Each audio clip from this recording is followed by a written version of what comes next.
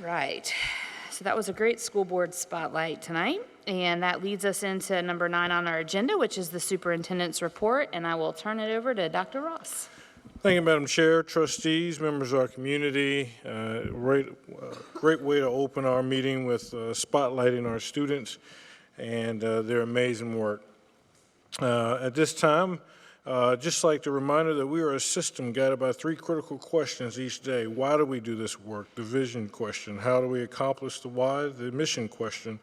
And what are our outcomes? And using meetings of this to have that feedback loop to ensure that our vision and our outcomes are aligned. Our vision is that we love and grow our students. Our mission is that we're focused on academic, social, emotional growth and development. In our strategic plan outcomes, as we noticed due to the change in our strategic plan, that all of our performance goals now have 6 strategies.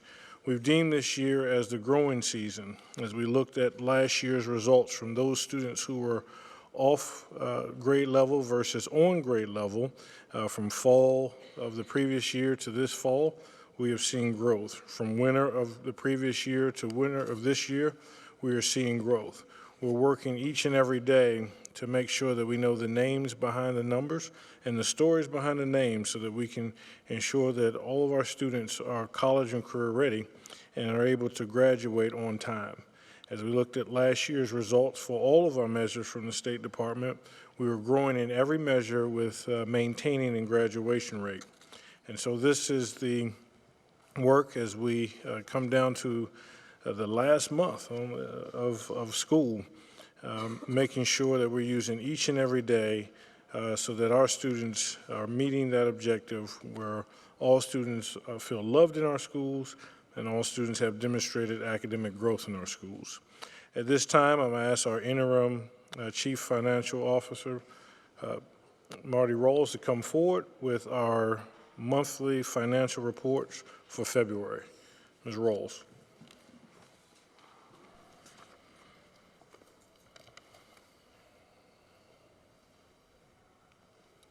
Good evening, Madam Chair, members of the board. Dr. Ross, have before you the revenue summary as of February 29th, 2024.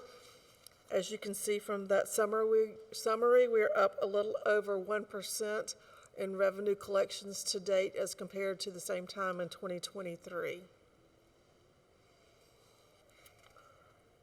Are there any questions regarding the revenues for general fund? Any questions? Okay. We'll go to the expenditures, and at the same time last year we're pretty much on par. It's a little fraction higher than we were in February of 2023.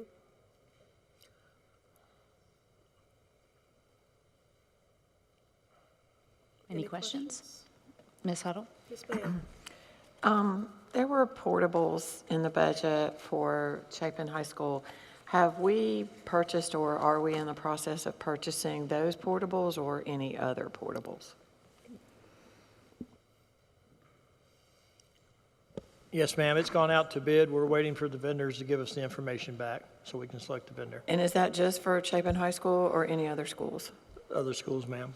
Other schools? Yes, ma'am. Okay, do you remember which ones by any chance? Chapin Intermediate is one of the ones we're looking at. Okay. And this may be a Dr. Ross question, but I've seen the 45-day, and I'm sure there's another one since then, and looked at the growth, and it doesn't look like that school's growing that much. So why are we getting portables? What, Chapin Intermediate? Yeah. Well, I can tell you just from having a 5th grader there that they have the largest 5th grade class they've ever had. I'm curious if that's I'm just a curious reason. about the growth because I think it's pretty flat from last year, like maybe up 5 students or something. I'd have to go back and look. Can you cite that data so that I can Yeah, review I'd have to go back and I'll go find it. But it wasn't in the plan to buy for Chapin Intermediate. So I was curious why we're buying for a school that we hadn't planned to buy for.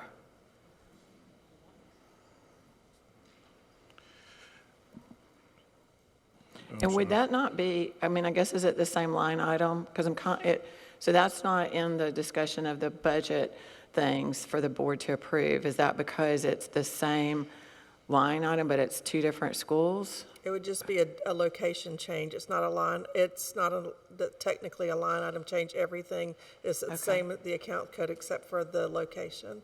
And Okay. at this time, we still have not secured the portables. We're still in the solicitation phase of that, so no purchase orders have been issued at this time. Okay. I mean, I'll send it to Ms. Snipes for an agenda item, but I really think that the board should be approving portables. They're not as secure as the regular school. There's issues with them, and I'm just kind of surprised that we're buying portables that we didn't know about. And I'm not saying that anybody did anything wrong. I just think going forward, it would be nice if we were aware of that, is all. Did we buy portables that we didn't notice you? I didn't know we were buying portables for Chapin Intermediate. We didn't buy the portables. Okay, but I think, are we in the process of buying? You said there's a bid gone out? Yes, ma'am. Okay. So We're in the just as everything, we have to bring this to approval, and So that does have to be approved by the it board? has to be approved by the board. Okay. Well, why would we put a purchase requisition out before we approve it? Isn't that kind of misleading to the vendors? I disagree. I think the response that we had in the budget was, the budget approved 1.5 for portables. So we have communicated to our public very openly that we needed to buy portables. I think the issue that we initially thought was that we needed it for Chapin High School. I would hope that the administration has the ability and flexibility to move it to where we currently need it. We see the space, and you know, when we do a budget, we do the budget before the school year actually starts. And then when the school year starts, we see students move to places that might not have been in our projections. Chapin Intermediate School is the need of those portables. When we told the board that we were buying this, we said it was in advance of the projected growth at Chapin High School. But what we see now is at Chapin Intermediate School. If you reference I think it's the 135th day report, is that where you're seeing? I was just wondering where you Well, saw I that had there was no the growth numbers. in Yeah, Chapin I had the Intermediate. numbers before the 135th day came out. So I will go find those numbers. But I guess I was just surprised. I didn't know until now, but I'm surprised that we're buying them for Chapin Intermediate. And I guess I'm still trying to understand. So you're saying that the board, we put it out for bid, but the board will still approve before we actually purchase them. Is that right? Before we execute the purchase, it Okay. comes to the board. Yes, Okay. ma'am. And I just want to make sure a purchase rec has not been issued to date, only the solicitation to determine what the cost of the portables will be so that we can create the purchase requisition and purchase order when that time comes. So Dr. Okay. So Dr. Ross, I have a question, if you don't mind. Just to jump in, I know this is a little bit, I mean, it's related to this, but since we're talking about the portables that we had approved for Chapin High School, the idea is now that we're going to secure portables for Chapin Intermediate, or is it for both schools? Is there no longer a need at Chapin High School for portables? Because that was kind of a pressing conversation that Chapin High School, I mean, it was growing and had such a need for extra space. Has that stopped? I'm asking because that kind of relates to every conversation that we have going, you know, like with the bond and, you know, or the referendum and all of that. I'm just curious how all that plays in together. So I want to go back to our first conversation about this, and I just want to make sure that we are referencing the data that we have been presenting all along, that the most needed place of relief was Chapin High School. I mean, the whole point of the referendum and the rezoning was to prevent 600 students at Chapin High School. When we talked about this $1.5 million for portables, it was so that whatever we do, we will be preparing for that growth. When we do these projections, and I think it's unfair to the administration to pin us to realities when we have to predict the future. When we do these projections, we're doing that on projections. Then the reality comes in, and it's different from what we projected. But what's held over our head is you did not predict the future correctly. What does the reality say today? We've showed you in these maps a projection where those hot spots are. We'll go over it again later on today. You see the hot spots at Chapin Middle School, at Chapin Intermediate School. That's where the hot spots are. As we presented these, we asked questions. This is what we're seeing in the 45th day report today. So I would love to have a crystal ball of it. We told you that Chapin High School and the 600 freshmen at that campus was the issue. Now what we're seeing is the most critical issue, is as we showed in those hotspot projections of how we fill schools, that Chapin Intermediate School is now that hotspot. We have to have the ability to change as the conditions change. I've always said the power is always in the pivot. So yes, when we do the projections, it is our best case scenario of what happens with the data that we have. But then to say that because you cannot adequately predict the future, that's going to be misleading, I think is misleading. So when we bring this to you for approval, we'll outline the case. We're not prepared tonight because we haven't finished doing all our homework. We have to do a lot before we bring it to the board. But it is on the plans to do. It is something that we've had approved in the budget. And just like when we do amendments to any budget, we bring it to the board for approval. I would just like the opportunity for the administration to have that chance. Any other questions? Okay, thank you. Thank you, Dr. Ross. Thank you, Ms. Rawls. So at this time, we're going to talk about changes to our grading practices. And I just want to take this opportunity to thank Ms. Tina McCaskill for bringing this forward. Know that grading is not the most easiest thing to talk about or most exciting thing to talk about, but it's the most important thing to talk about. We had an opportunity, as we always do, to share our growth. And our spring data has come out. We have spring 2023 of last year. And we look at spring of this year, we see growth. I had the opportunity to do career day at Irmo Elementary School. And when you're up against a fireman or a police officer or a veterinarian, superintendent doesn't come out too well. But I brought to the kids, I didn't know what to bring, so I brought them the annual report. Didn't go over well with the kindergartners. None of the words were their sight words, but for one of the students, they said, Dr. Ross, our students and teachers are doing very well. A lot of the blue bars are longer than the red bars, and I could see that they understood what we were trying to do. But one young lady pointed out that, what about that last bar, Dr. Ross? The red bars are still longer than the blue bar. And when you look at the numbers behind these, for each category, there's thousands of students that are not on grade level for math and reading. It's great to celebrate. I'm so excited to celebrate our achievement and and our growth. But it still recognizes that there's thousands of students that are not on grade level. We have about 2 weeks before we start the assessments, with some field assessments starting tomorrow.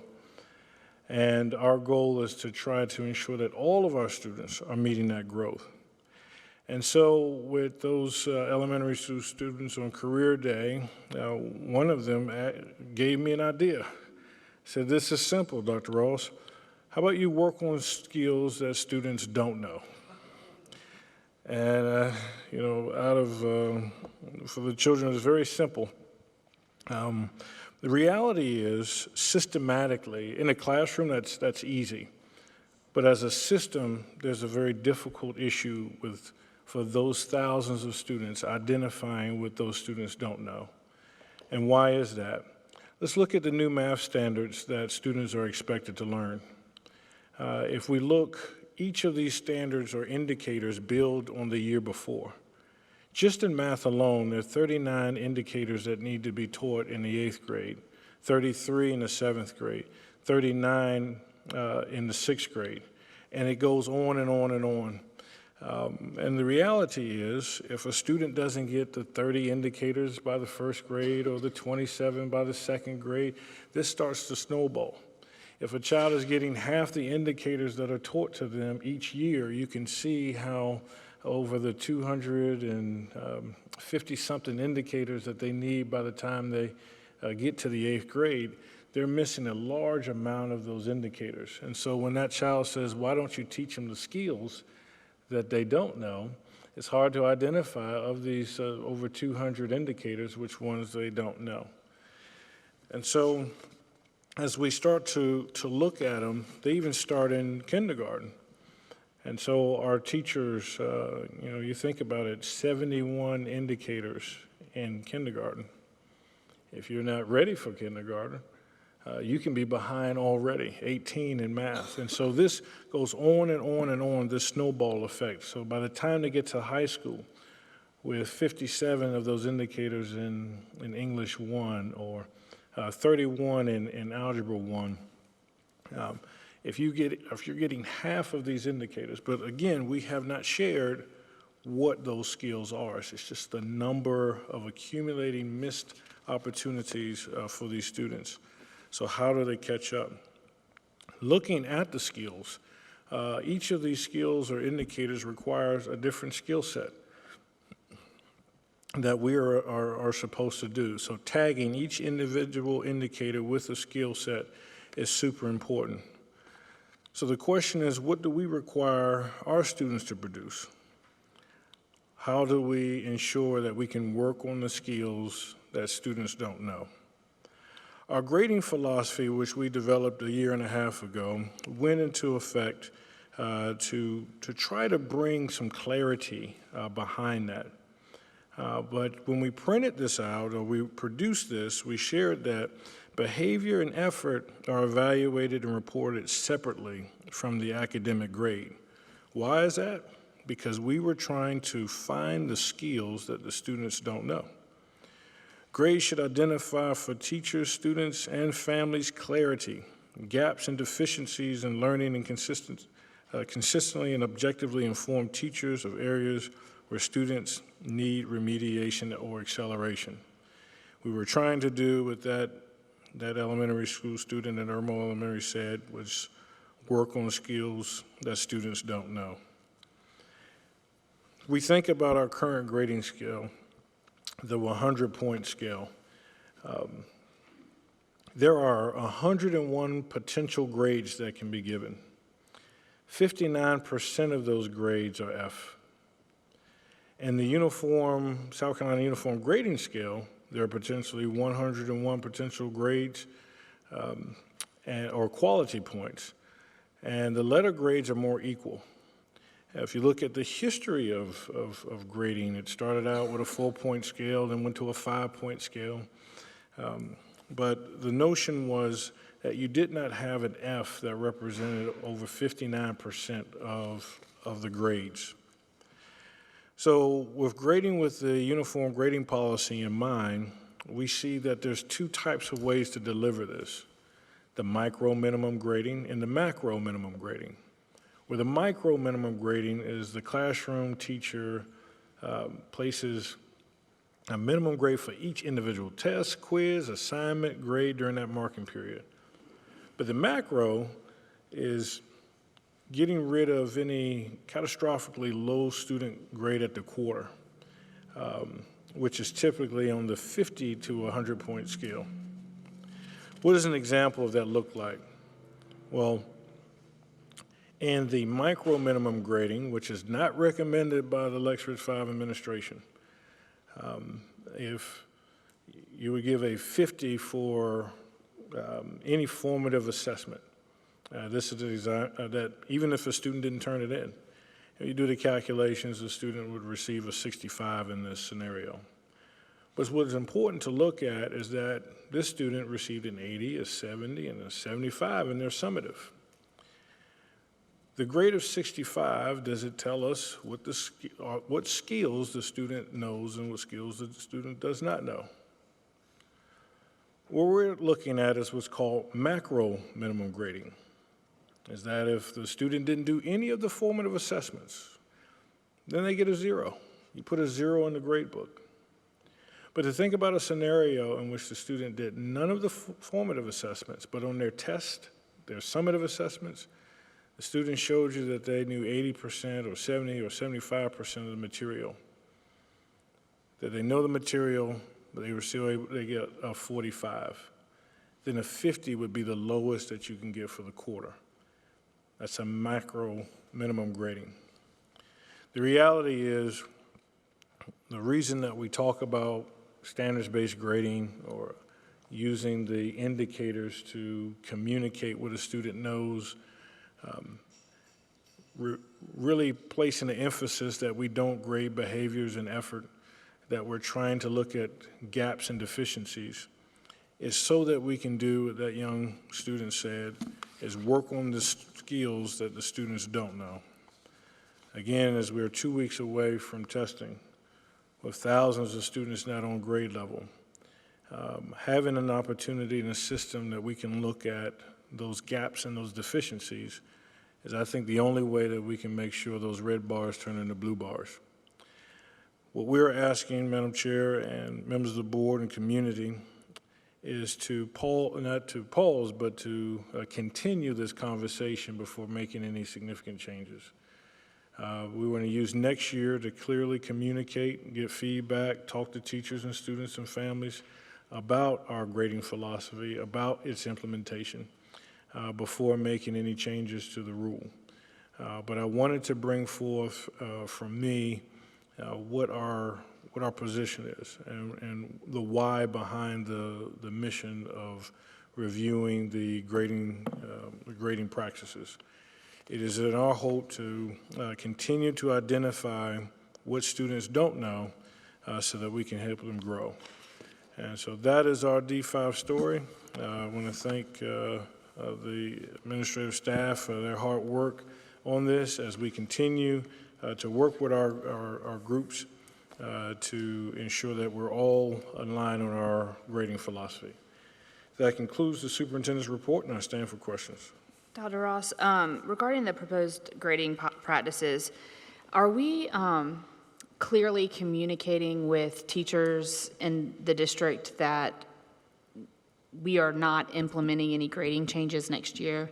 I've gotten some questions regarding, or maybe there may be some confusion about when a grading policy change will occur, and I think that there are some teachers that think that it's going to occur in the next school year, and we've been told, we've been told otherwise, so I just want to make sure that we're clearly communicating when any changes will take place. Yes, I can do a much better job of communicating that. I'll put out a memo. Okay. I wanted to meet with the principals on Wednesday to go over this, so the principals are aware of my position, and they'll be receiving something in writing from me.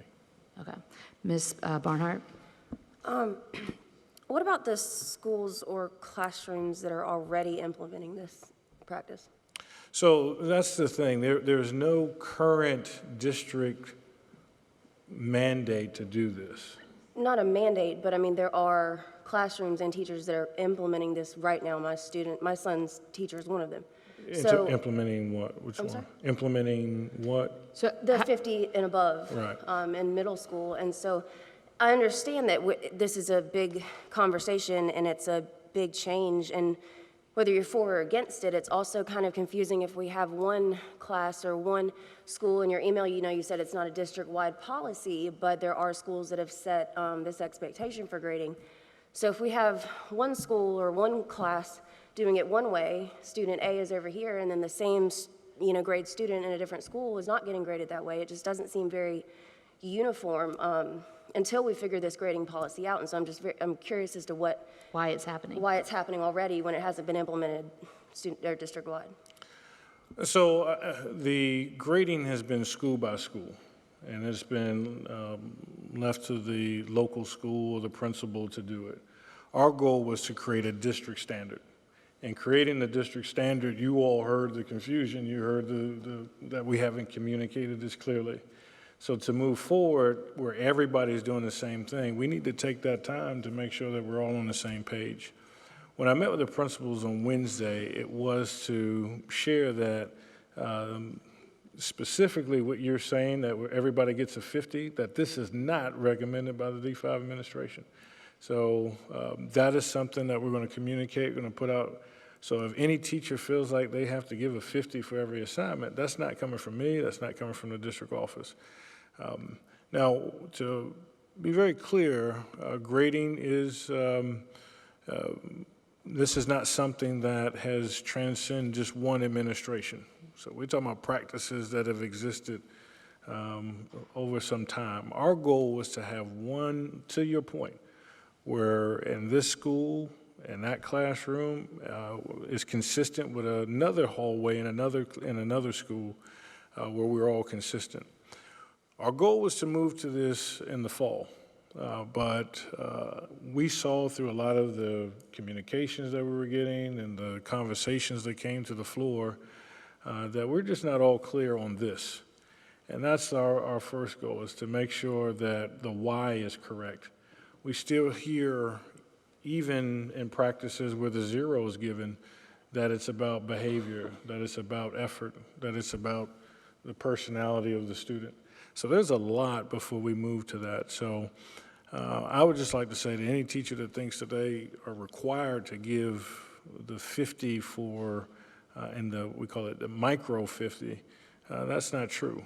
All we were saying is to eliminate the 59-point F at the quarters. Any other, Mr. Satterfield? Yeah, I had a question that was really related to your superintendent's report with the SC Ready.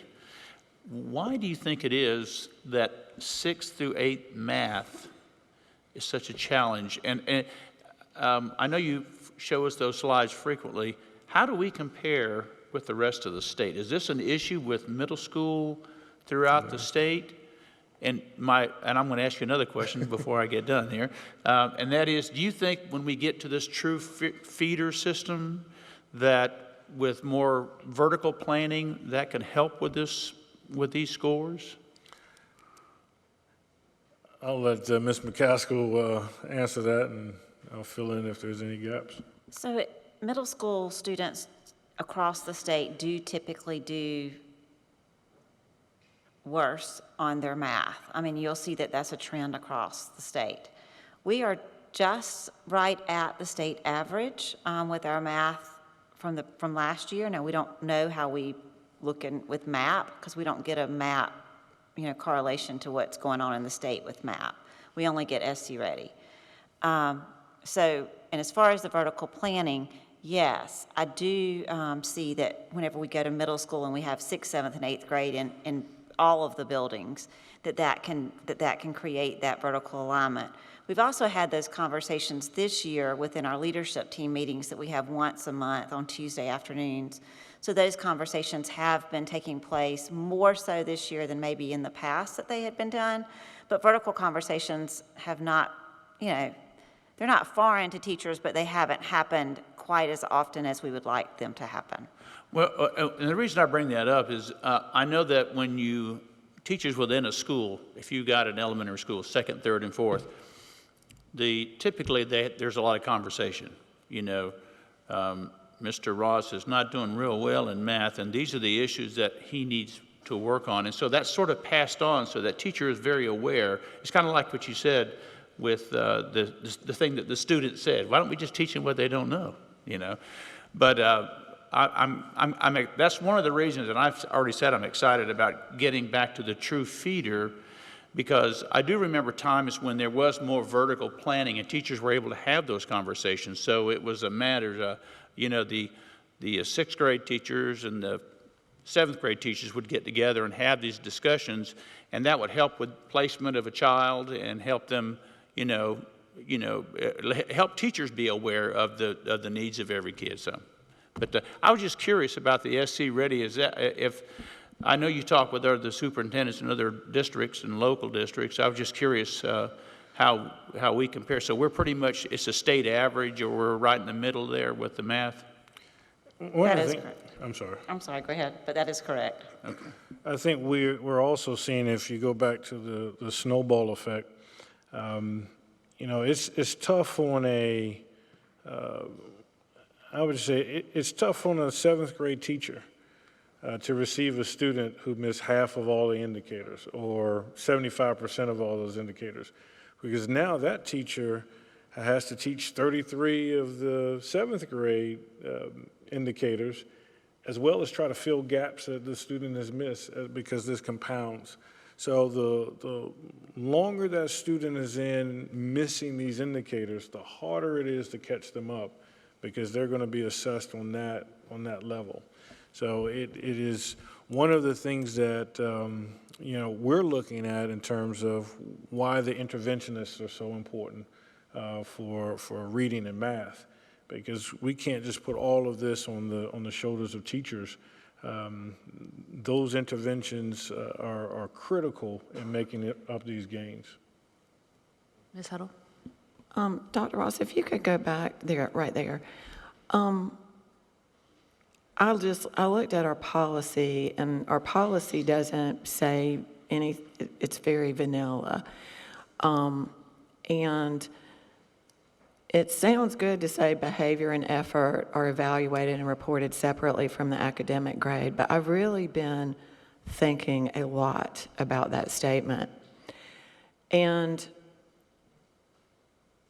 as a former employer, effort means everything. I would take a kid that made a 90 and maybe didn't know quite as much, but worked their butt off, made up their effort, did their extra credit, over a kid that made a 90 and just skated by. And so I would really like, since we're going to put this off anyway, I'd really like for us as a group to talk more about this philosophy and incorporate it into the policy. Because that's just again, that's a lot. I've read about this too, and when you take this path, that means extra credit doesn't really matter anymore. So there's a lot that goes along with saying behavior and effort are evaluated separately from what I've read. And I've talked to a lot of teachers that have said the same thing, and as we've had these conversations in meetings, there's a lot of concern that behavior and effort doesn't seem to correlate with the grade that a student is getting. And so I think I agree, because this is not being implemented and because we are really, it seems like our board is picking apart, in a sense, the grading philosophy and the grading practices to make sure that everyone understands what they mean, so that we're setting our kids up for success. I think that it's important that we have that conversation, because the way that it's been presented, they're two totally separate issues, and there's the mindset that they're not. So before we change any policy, I feel like those are the conversations we need to have. And that's why I highlighted this, because when we started out with the philosophy, I think we were a year and a half ago, we went ahead with it. But what we hear is that behavior and effort should be in the grades. So I think it's the notion is let's go and actually say, is this something we believe? I can tell you that, and I'm not trying to put them out there, but we disagree. Right? The principals disagree, but teachers are frontline, and they may think different. I advocated for the old citizenship grade. Let's just bring that back. Make a motion, somebody. So I think we will do that, and I do think that's important. We used to capture that in the citizenship grade, where the academic grade helped us with what are the deficiencies. What I'm worried about in 2 weeks, our teachers our interventionists, our teachers, we're working hard. But you see the numbers. That's thousands of students. I got to figure out how to motivate, how to accelerate, and give a best shot to show what they know. Any other questions for Dr. Ross for his superintendent's report? All right. Thank you, Dr. Ross. We appreciate you. All right.